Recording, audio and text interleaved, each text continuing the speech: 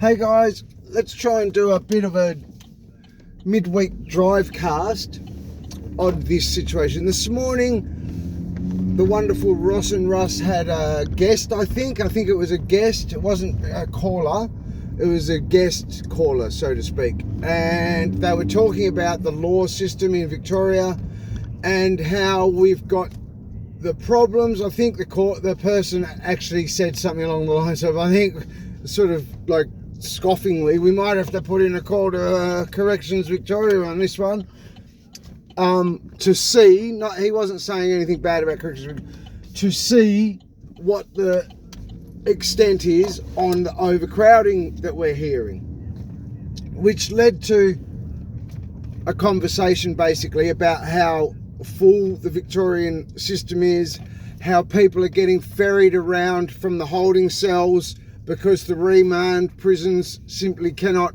hold the inmates and they don't know what to do with them and what have you.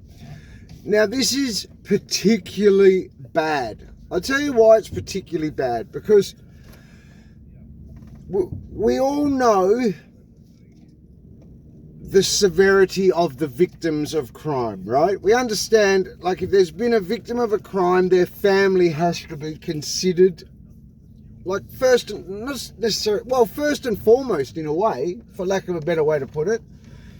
But here we have, I kid you not, like, you could document every single word that comes out of my mouth on this and double check it and run through your freedom of informations and get your friends in the mainstream media to fact check all their stories going back to approximately 2012, when we had the horrible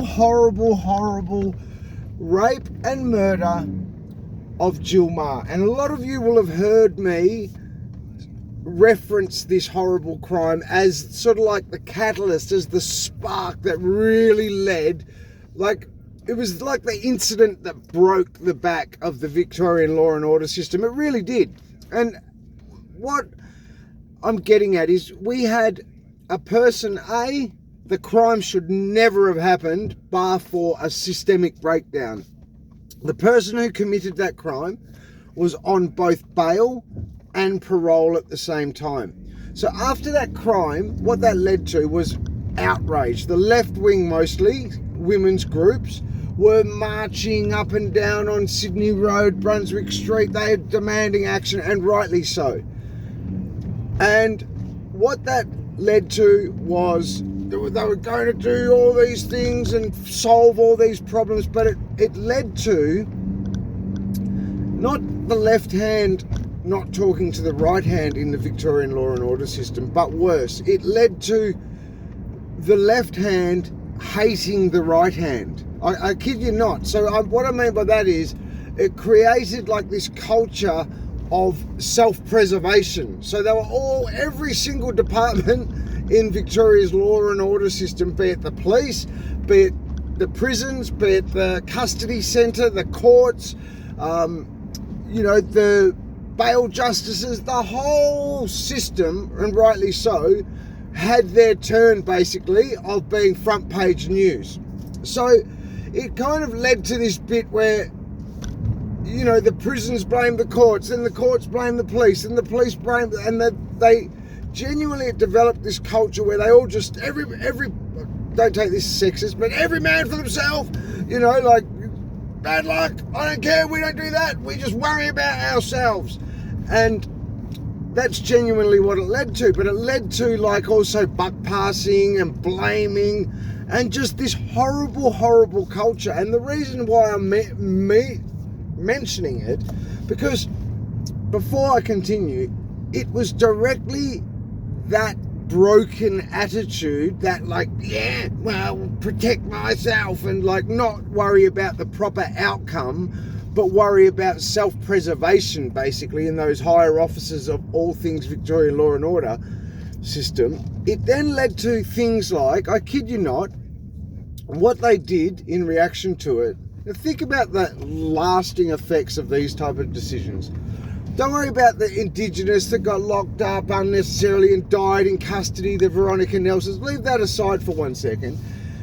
It led to this ripper of a decision in the People's Republic for the people, Victoria. What it led to was the masterstroke that basically the only housing that the prison system could provide, the parole board now found not suitable. I kid you not. Think about this little doozy.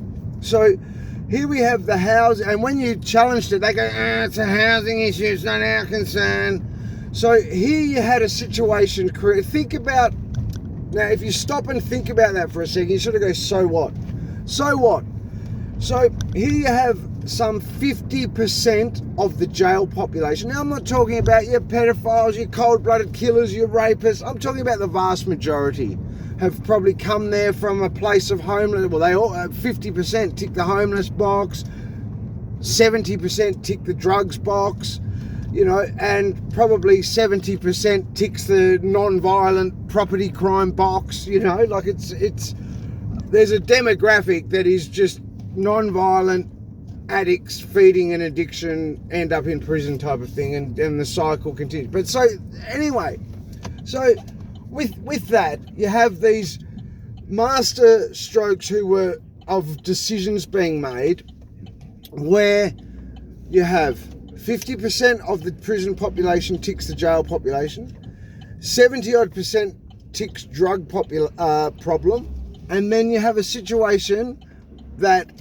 because of their inability to manage their departments properly, it led to parole board denying the Victorian prison system not being able to provide accommodation. So what it ended up doing was punishing people. I saw one person who literally made a mistake. He had a car accident when he was drunk and unintentionally killed his wife. It was a genuine one-off. He wasn't a criminal. He certainly wasn't a big-time drug dealer, organised criminal, who were all getting rewarded by this system, by the way. He wasn't like that. He ended up serving 3 years because the Victorian system could not, the parole board found the only accommodation the prison system could provide as not suitable. But so you sort of think, so what, right? But the thing is, so okay, now what happens? The guy's going to get eventually, after doing his whatever, on average, say 12 months, 18 months. In this case, it was 3 years. Another person was 18 months, another 9 months, what have you. They do all their time and they get released with not one support mechanism in place, and still get released to the same housing accommodation that the parole board couldn't find suitable, found unsuitable. You see the lunacy that exists in the Victorian system? I kid you not. And because I would question this, I would challenge it, I would talk on the phone to my loving family about how ridiculous it is, how incompetent it is. Your resources, Victorian public, got spent, squandered, wasted in the most sickening of disgusting, of sex trafficking, weaponized sex offense, toddler currency of a fashion. And that is not one exaggeration. That is a bare fact. When I challenged this, when I wrote letters questioning why they're denying minimum security inmates educations, when they're just going to release people anyway, you're going to, now what you're doing in this president, oh yeah, great, Mr. Know-it-all, Michael, oh. Yeah, just like, it was nonsense. They wouldn't go, oh yeah, good point, or, you know, quietly walk off and pretend it was their idea. No chance. They would dig their heels in and go, yeah, right, we'll show him how bad we can, and we'll show him how bad we can make things, and we'll make it really worse. And that was literally what I was dealt with, what I was facing. And now look at us. Absolutely disgusting.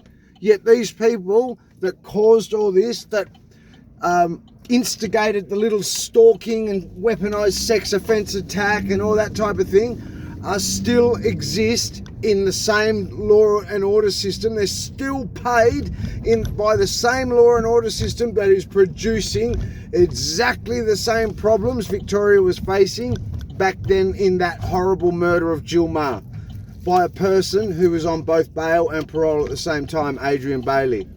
Now, do you think that could be the reason why we're still facing the same problems, Victorian public?